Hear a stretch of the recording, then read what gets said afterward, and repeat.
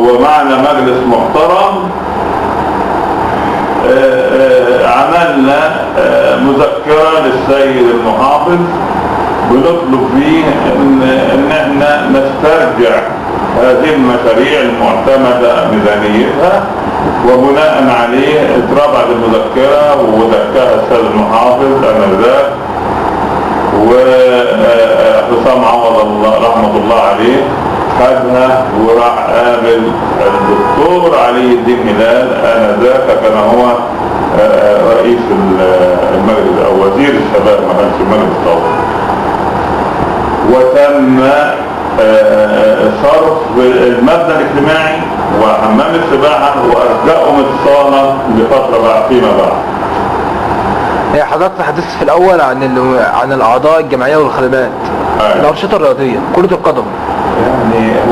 يعني الفتره الجايه حضرتك والقايمه نجحتوا في انتخابات نادي طنطا، اول خطوات تجاه كره القدم والرياضه. اول خطوات لاي رياضه ان تلتقي جهاز تدريبي على مستوى محترم وجهاز اداري معاون على مستوى محترم، وان يلتقوا اللعيبه بتاعتهم دون مجاملات، ويعملوا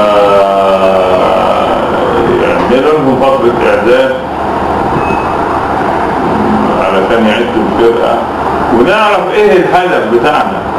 هل احنا عندنا طموح ان احنا نطلع الممتاز او نحافظ على كيان الفرقه ووضعها في الممتاز ب؟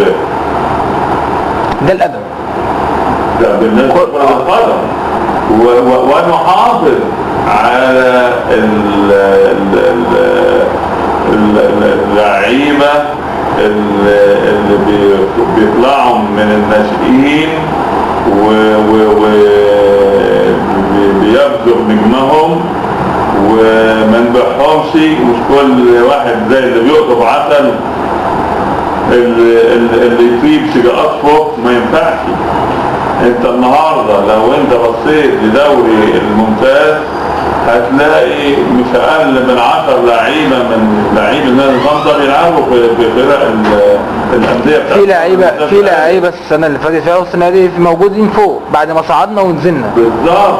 فطبعا انت لو حافظت على المواهب اللي بتخرج لك اكيد هتلاقي ثمره بعد سنه بعد 2، وهيبقى عندك قوام فرقه. اذا لما ربنا يكرمك ولابوك لو انت هتدعم بعنصر باثنين بثلاثة بالتأكيد لما تصعد الممتاز هتستنى في الممتاز، مش تطلع النهاردة وبعد سنة تلاقي نفسك رجعت تاني وكأنك زي ما حدث مع الباسكت، زي ما حدث مع كرة السلة. وكرة الباسكت لعبوا 42 ماتش خسر 42 ماتش.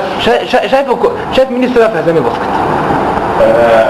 شايف الإدارة. مجلس الإدارة أولا. إذا كان هناك مجلس إدارة بيدير بشفافية وبفكر رياضي وعلمي بالتأكيد كان سيحصل الخلل ده.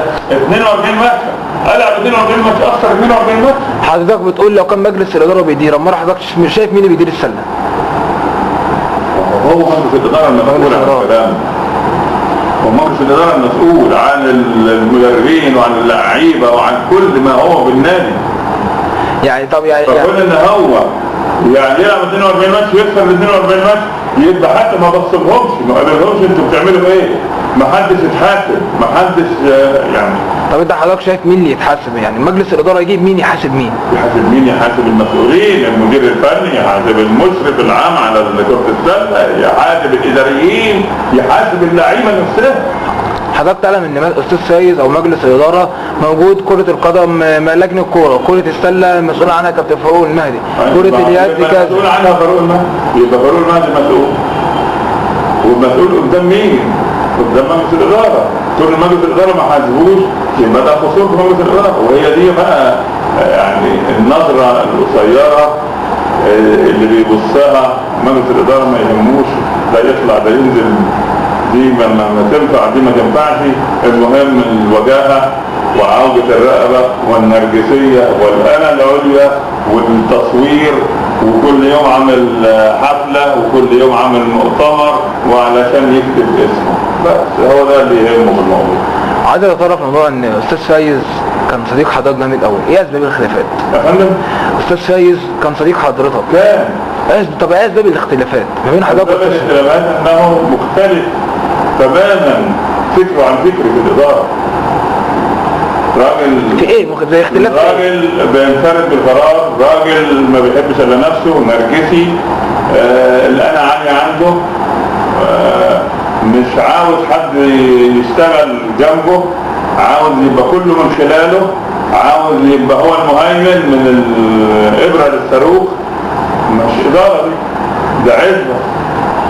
ده انا لما انا عندي ارض والحمد لله وارض كويسه، ولما بدير بدي كل واحد اختصاص، انت مسؤول عن الحاجه دي وانت مسؤول عن الحاجه دي، وبحاسب ده عن شغله وده عن شغله.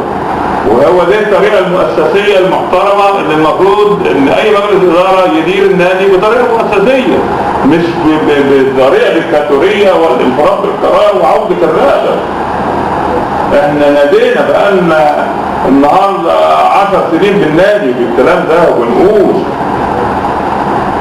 ما ينفعش طريقه الاداره العقيمه اللي فيها ديكتاتوريه.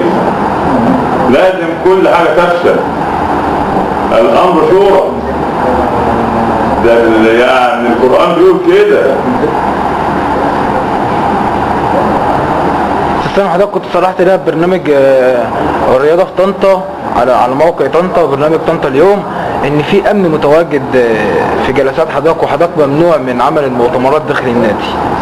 انا لم اصرح بهذا، انا قلت يعني بعض الزملاء بيقترحوا في القائمة ان احنا نعمل مؤتمرات جوه النادي، فانا قلت يعني انا عارف التركيبة بتاعت البني ادم اللي هو قائم على ادارة النادي، ان لن يسمح لاي حد ان يعمل مؤتمرات، وهيعوض، مش هيقول لك لا، لكن هيعوض وهيعمل ويحط العربية قدامك علشان ما تتمش مؤتمر. لكن ما قلتش لا امن ولا امان.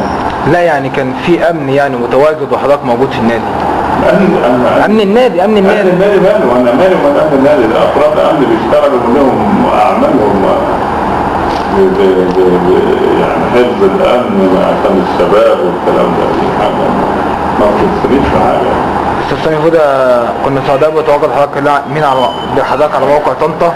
انا اسعد وان شاء الله التوفيق لقائمة حضرتك.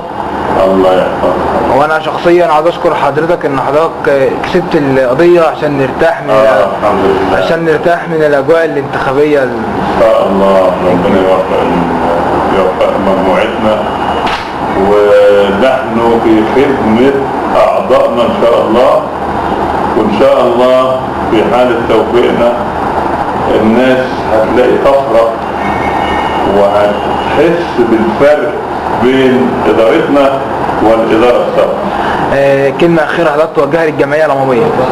انا بشكر من قلبي اعضاء الجمعيه العموميه في نادي طنطا الرياضي، واتمنى من الله سبحانه وتعالى ان يوفقهم في اختيار الافضل لنادينا ولهم، حتى يتسنى للعلم ان ينعم بالمكتسبات واللي هي هيسببها له او يأديها له المجلس اللي هينقيه.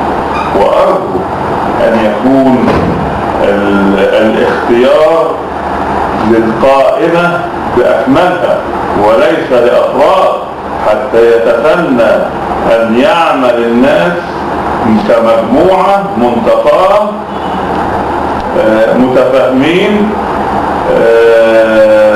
تجمعوا على الحب في سبيل وفي خدمة نادي. حضرتك بتطالب ان اختيار يكون مجلس الجمعية وما تختار القيمة كلها بالكامل.